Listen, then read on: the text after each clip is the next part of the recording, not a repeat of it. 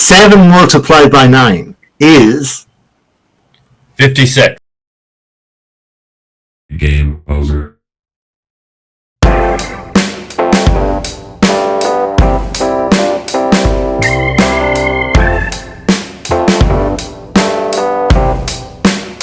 Hello and welcome to Midlife Opportunity. My name is Dr. Conor Hogan and I'm here again for our second episode. So I'm delighted to bring to you today a fantastic guest. This guy is exactly what a leader should be. He's lived the life, he's been through the trenches, literally, and he's coming up very soon. His name is McCulloch, and you might think that with my funny little Irish accent that McCulloch might be a name that could come from my stretch of the water from Western Europe, from Ireland or Scotland or somewhere like that. We'll find out later, because McCulloch served many, many years in the US Army. So we're going to check it all out a little bit later, but first I'm going to talk about what's the show about. What's it all about?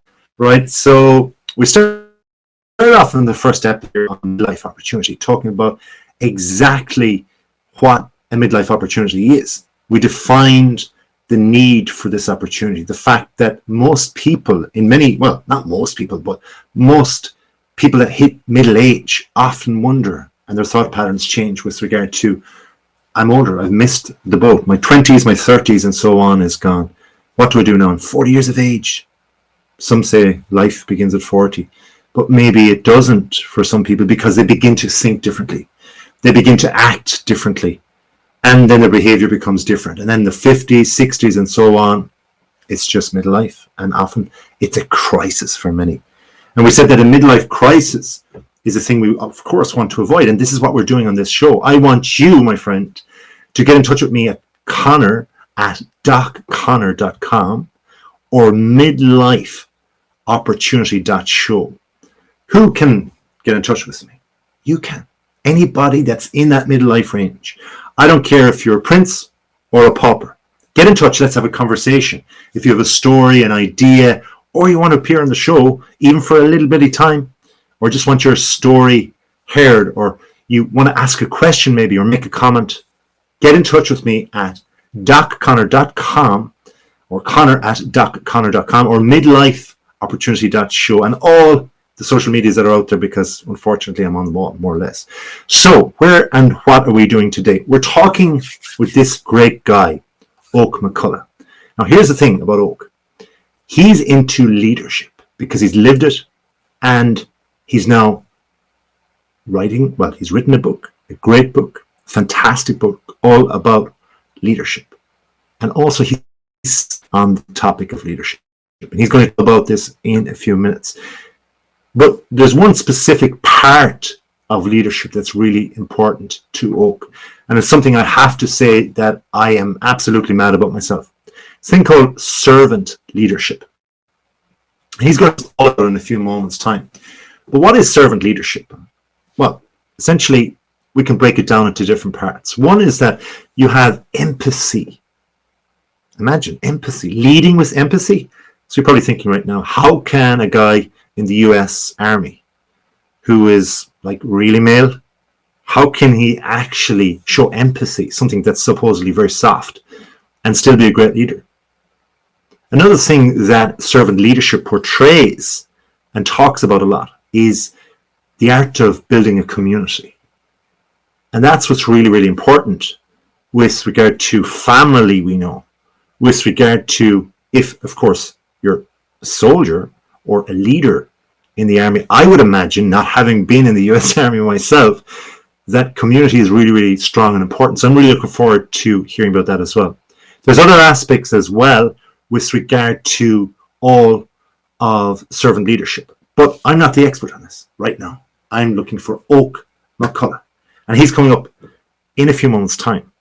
But until then, remember this. You have an opportunity to get in touch at docconor.com, or you can get in touch with us on midlifeopportunity.show. We really want to hear your stories, your comments, your questions, and anything that you need to know with regard to avoiding a midlife crisis and having that midlife opportunity. So take the opportunity, come back, right after this break.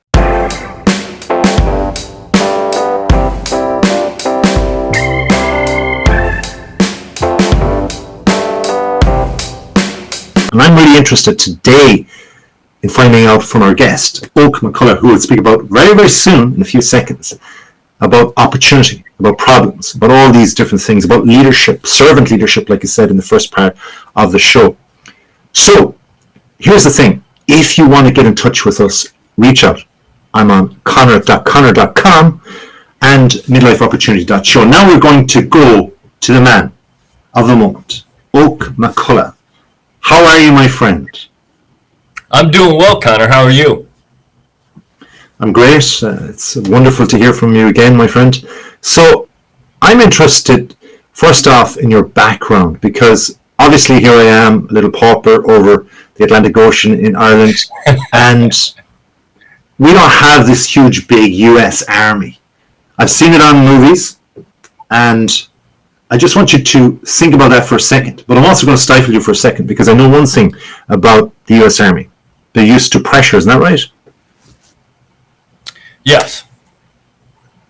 Okay, so how about we give you 1 minute? We certainly have that in our thing. Yeah. 1 minute of midlife male pressure to ask you a few quick questions. Are you up for that? Sure. Yep, absolutely. Right. 7 multiplied by 9 is? 56. Okay, next question. What is your favorite color? Blue. Interesting. And the third question is, would you like or prefer unanswered prayers or the dance? The dance. Not so bad. Can you tell us the last line of the American national anthem? Yeah. Home of the brave. I think your time is just up. Not so bad. Okay, so that was just a kind of a warm-up. It's not really serious. So we're talking about pressure. Though. Tell us all about the Army and your background. Go ahead. Yeah, so I spent 23 years on active duty in the United States Army. I was an infantry officer and an armored cavalry officer, so what we call a combat arms officer. I had leadership positions from platoon leader all the way up through, I ran an Army ROTC program, so led anywhere from 30 people to 379 people during my time in command or in charge of soldiers and cadets and that kind of thing, and had 3 real deployments. I had Operation Desert Seal, Desert Storm during the 90s, and then I had I was involved in the operations in Bosnia during the late mid 1990s, and then Kosovo 1999-2000. So had a few deployments during my time in the military. So from a guy, as I say, in Europe, and you mentioned Kosovo, and you mentioned a lot of those areas essentially are in Europe, and now we see what's happening in Ukraine. First off, like for me growing up and watching that, I noticed that, there was a lot going on. This was very violent, and I wonder, like, how can an ordinary soldier, especially a young soldier going out there, how do you keep it together? Yeah, I get asked that quite often, and I always tell people, look, it really comes down to training, because we're all creatures of habit. We do things in a habit. And if you don't believe me, remember how you put your shoes on this morning. I promise you put your shoes on the same way every single day. Or if you shave the exact same way every single day. And habits are a good thing, because then that way you don't have to think about what it is that you're going to do. You just do it. And the Army is no different. We do the training, realistic training, so that when you get into that situation, you don't have to think about what you got to do. You just do it out of habit. And I think that's really what causes what allows soldiers to do the things that they want to do. So on the training then, do you recall when you were starting off, like what part of the training did you find difficult? So the physical piece was never hard for me. I was an athlete growing up, and so to me it was the easy jump. So I think sometimes it's just the attention to detail, and it took a little while to get to that point where because some things came easy to me growing up, some things didn't, but a lot of things did, and so paying attention to detail, especially into those really difficult, very detail-oriented things, was probably the hardest thing for me as a leader. Not only for me, but to convince my soldiers, the people who I was leading, not just soldiers, when I was leading the food bank, the same thing, teaching them and getting them to pay attention to the detail of the little things. And so can you give us an example then of the detail of the little things? So if I'm starting off, I'm a young soldier, or if I'm a guy right now, or a girl, and I'm intent on, I have this dream, or I want to, for some reason, or seek out the army. Like, what do I need to do? If there's a parent listening, a father right now, and here we are after the last couple of years with regard to COVID and the inconsistency. I presume consistency is really important in the army. You mentioned attention to detail, so I presume it's this detail, the next detail, and so on. And like you said, habits. So what do I need to do as maybe a father or a guide here in middle age with regard to telling a young person or guiding them towards the army? Like, why is that important? Yeah, well, I think if that's the route that you want to go, then I think you got to really, the physical fitness piece is absolutely important, and then just taking care of yourself health wise, because a lot of the people that want to come in right now, at least in the American Army, we turn away because of health reasons. Only, it's getting harder and harder to find people who meet the medical requirements because of medicine that they're taking and all those kinds of things. But I think the huge thing, the main things, is the physical fitness piece and just making sure that you're still doing the things, high school education, or if you want to be an officer, the college education wise. So you maintain your education and maintain your physical fitness, and I think you'll be okay. So if you can summarize your career in the army, especially before you became the leader that you are, and we'll get to that in a second, but how did you enjoy it first off, and why?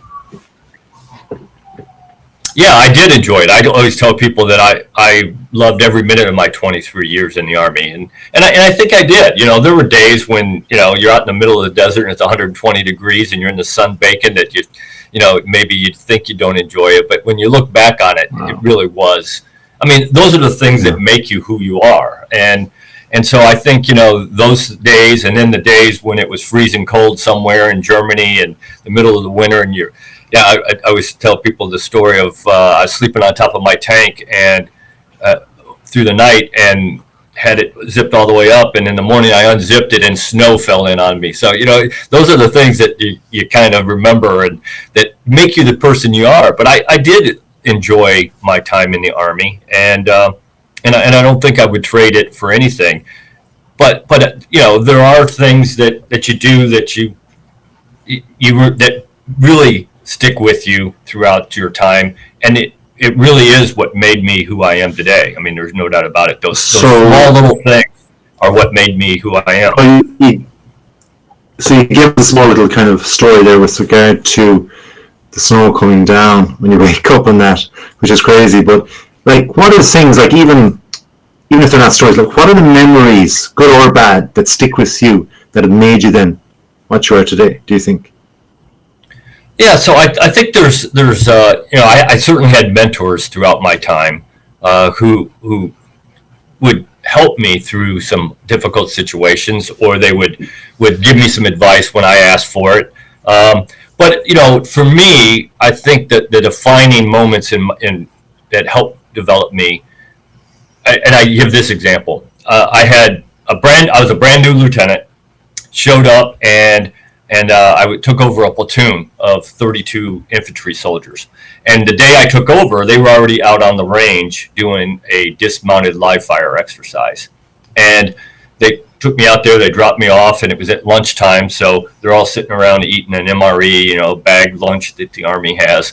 And my platoon sergeant, Sergeant First Class Pinson, who was 6'6", 250 pounds, a big man, walks up and says, Sure. He was my second in command now that I was the platoon leader, and he walks up and says, "Come on over here, boss. Let's have a lunch underneath the tree." And we went over there, and he said, "You're the lieutenant. You're in charge." He said, "We'll do anything you want to do, however you want to do it." He said, "But I've been in the Army for 23 years. Remember, I'm 24 years old as a brand new second lieutenant in charge of this platoon. He's been in the Army 23 years. He's been in the Army almost as long as I've been alive." And he said, "You're in charge. If you want to do something a certain way, we'll do it that way." He said, "But I've been in the Army a while, 23 years. He said, "I've seen things done any which way you can imagine, good and bad. If you're screwing up, I'm going to tell you. If you still want to do it that way, we'll do it that way because you're in charge. But it's my responsibility to tell you when you're making a mistake."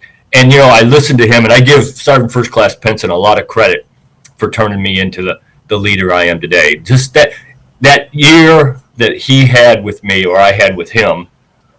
Yeah, so you actually have a book as well, and it's with regard to all your experiences, like I said, 23 years in the Army and that. But I wonder, in the book, right, there's parts of it obviously about Army life, and now that you're a speaker and author and you're established in another career, like, tell us all about the career that you're now taking, and also where has this come from? What is a change from, I presume, retirement at a certain age, because you're 60 now, so I presume retirement is in the last few years. I think it was 2009. So in the last 12, 13 years, there must have been things going through your mind. Like, what has been your journey mentally then over this midlife for you to get from leading the Army to now, and then becoming this great author and speaker that's doing so much for leadership?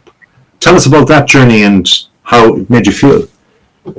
Yeah, absolutely, Conor. So when I retired from the Army, I knew I still wanted to do something service-oriented, because I'm a service-oriented person. I believe in selfless service. And so, I didn't want to jump into, Fortune 500 business company. That just wasn't me. So I went to a food bank, and I was the associate director of a food bank in Mobile, Alabama, the local area where I retired. And I did that for about 18 months. Great job. Great people doing a great job. But then they offered me to come back and work with the Army as a recruiter here for Army ROTC, producing the next generation of leaders for the Army. And that kind of fell right into what I thought was my wheelhouse, leadership. And so between all that, I figured out that I really needed to, because I'm going to be 60 here in January, and I'm not going to do this forever, do the recruiting forever. And I wanted to do something to give back to the young men and women of this country, and whoever wants to hear me talk about leadership, because I do some businesses, but mainly it's young men and women, because I think that we need, it is our responsibility as today's leaders to create the next generation of leaders. And so that's what pushed me to where I am in my life right now, because at this point in my life, that really is my passion, to talk to as many young men and women as I can. So it's your passion, but you attribute a lot back to that great leader that you had, who was 23 years in the Army at the time. You were 24 years of age, a young soldier, and that. So, has there been a time in life where it's dipped down, it's been difficult for you, for your mindset, even though you might be seen by many with the guy with the uniform on, the guy that's the natural leader, the guy that's been trained, has the habits, like you said, has there been a time at all during that period that has, you've questioned things of where you're going? What was that like? Yeah. I think anybody who's been a leader in any profession has had questions, and there was a time, I always wanted to be a battalion commander, and I didn't get selected. I was on the alternate list twice. But I never got selected to do that. And I always told people if I didn't get selected as a battalion commander, I wanted to be a professor of military science to help develop the next generation of leaders. But I will tell you that it still hurt that I didn't get selected to be a battalion commander. And you start questioning yourself. Did I do things right? Did I do everything that I could have done? And I look in the mirror and I tell people I can look in the mirror every day and I think I did what was the right things to do. Not always in my best interest, but in the best interest of the Army and in the organization that I was leading. And that's all you can do. And it's funny you say look in the mirror. I mean, we have to look in the mirror, no matter what age, no matter what the opportunity is or the potential that we see. You mentioned there's other people around you. I know you're interested in family and you look out for and make decisions around that. And I know you've deepened your spirituality. Briefly, can you tell us about that part of your life? Yeah, I am a Christian. Unashamedly, I admit I'm a Christian. But I grew up a Baptist, and I don't know, there in Europe, but I'm a Catholic now, and I know in Europe, what Catholic is, and the whole reason I switched was because of my wife. Yeah, I married my wife who was Catholic, and I went to the Catholic Church for years without being Catholic, just because it was easy to have one religion in the family, because I have a son and a daughter. But eventually I finally figured out that I did want to be a Catholic, and so I switched. And my wife certainly has had a huge influence on helping me develop my spiritual part much more than I think I probably would have on my own. And I'm thankful for that, because that's a huge part of our lives. It really is. How does your spirituality, lastly, Oak, how does your spirituality as a midlife leader, how does that influence your servant leadership that you so brilliantly portray within your book, within your speaking, within your teaching, within your leadership? Yeah, I think that, to me, servant leadership is, because I've actually had people ask me, say, so how long did you research the Bible to write your book? And I said, I didn't research the Bible. I read the Bible. I read the Bible every day. But to me, a lot of what about being a selfless leader and a servant leader is about, is about other people and about treating them the golden rule. Treat them the way that you would want to be treated. And like you said in the beginning, with empathy, understand that they're going through things in life just like you are. And so you have to have some empathy for that. But I think that has been the influence for me, is the religious, my spiritual part has allowed me to be more empathetic and to understand how to treat other people a little bit better than I think I would have if I wasn't as spiritual as I am. It seems, just from what you're saying there, that the potential of a bumpy ride with regard to going from one career to another and seeing this other career as an opportunity more so than a crisis, that bumpy ride seems to be smoothed out by things like you just said, the empathy, the spirituality, the family, and looking around yourself at everybody that you're making choices for, and it's not just you. Would that be true? Yeah, it is, and I think that's really huge. Like you kind of alluded to in the beginning, is that everything, you can say it's a challenge or you can say it's an opportunity, and I'm a firm believer in that it's an opportunity. Everything that is out there, you can either look at it positively or negatively, and if you're looking at it positively, that doesn't mean that you don't get down on occasion, because we all do. But if you keep that positive attitude, I think that in the end, you'll see that it takes you in the right direction.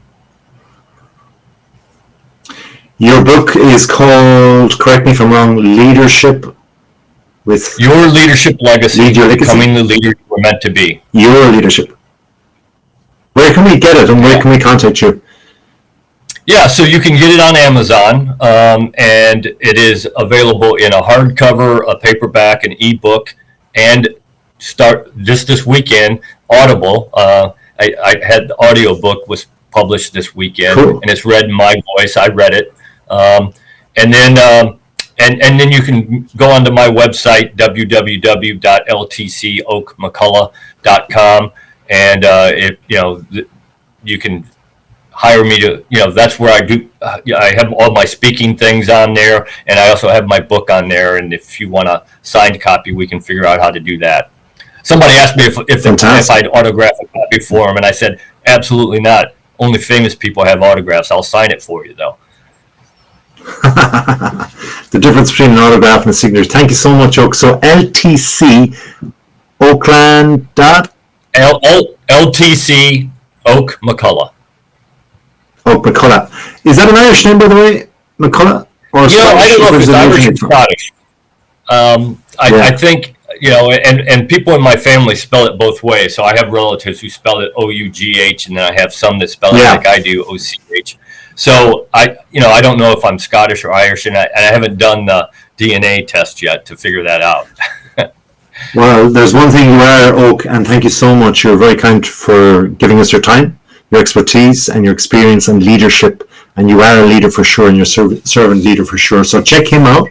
Check out Oak. Thank you so much for giving of your time again to expertise.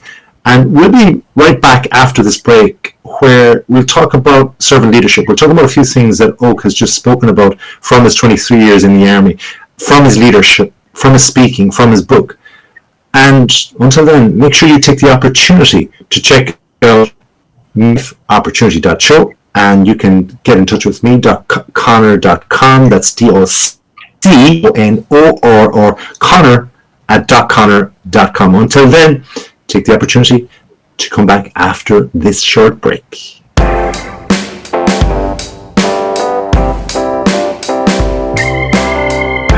Hello and welcome back to Midlife Opportunity. What is your opportunity? I want you to avoid a crisis in life and come see life as an opportunity at midlife. This is one of the messages that Lieutenant Oak McCulloch just gave us in this earlier part of today's show. Midlife Opportunity.show is also how you can get in touch with us, or you can get in touch with me on docconor.com. That's DOCCNOR.com. You can email her at docconor.com. Why do I want your company? Why do I want you to come in here? Because I want to hear your stories. I want to hear exactly what's going on in your life. Right now, in the last couple of years, with COVID, cost of living, with the war here in Europe, all of these things, these are challenges, but they can be flipped around. A crisis to an opportunity. We had Oak McCulloch, who's 23 years in the US Army, who changed his life in around his 50s to make his life mean something so that he could lead others in a different way. He wrote a book. And he then went and pushed it out as a speaker, and he helped others. He has told us all about exactly why it's important to be a servant leader. He mentioned empathy, looking out for others, and he even lived that in his choice, in his decision to become the speaker, in his decision to write the book, in his way of communicating to others, because he lived it insofar as his faith. He changed religion. How many people do that? He looked at what was going on in his personal life with his wife and the fact that he wanted to lead his family in a way that he knew to be best for this world that we're living in right now. He also found from all of his dealings with religion that spirituality is really core to his servant leadership. And servant leadership is all about serving others, looking at, as we said at the start, empathy, community, and communicating in a way that's good for others, that's not forceful, but that does allow others to come in and help us so that we can make others leaders in turn as well. Like he has been led in the US Army, where he gave a fantastic example and story of a great leader that helped him, who was 3 years in the army when he was 28 himself, and gave him the tidbits of advice that was needed to become and accelerate, to be the great father, the great leader, and the great person he is right now with his book and with his speaking. And so servant leading in the way that was spoken about there is so important, and it's something really needed in this world right now. But the interesting thing from a research point of view about servant leadership, very difficult at times to document exactly what's going on because it can be flawed. How can it be flawed?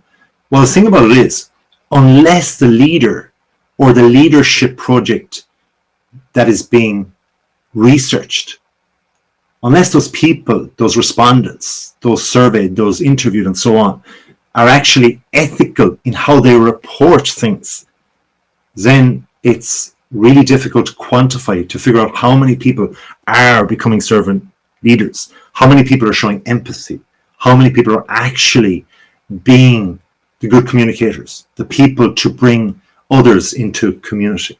So it's really, really important for us to quantify things in our own life. And one of the ways we can do that is by, when we're alone, just look at ourselves and make the decision that, is this the right thing to do? Am I looking around for everyone else in the community? Am I actually actively going to go out there and do something that serves not just me, but others as well? It's about being honest, being truthful, and being aware. And we mentioned that on episode 1. But that's episode 2, almost wrapped up. But until we go to episode 3, remember our speaker today. Remember our great guest, Oak McCulloch. And you can check out his website at Oak, he is like strong as a tree, but it's actually www.ltcoakmcculloch.com. Leaders all the start of their websites. Except for me, because I'm Conor.com, and you can get in touch with me at any time. Also, midlifeopportunity.show. We want to hear from you, your stories, your comments. Come on board. Let's hear from you. All right.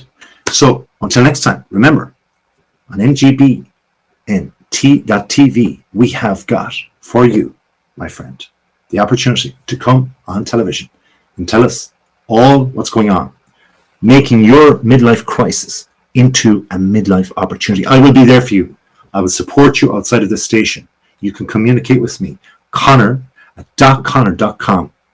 I will be your accountability partner, and you will see life as a midlife opportunity. Until next time, as we say here in Ireland, slán, bye-bye.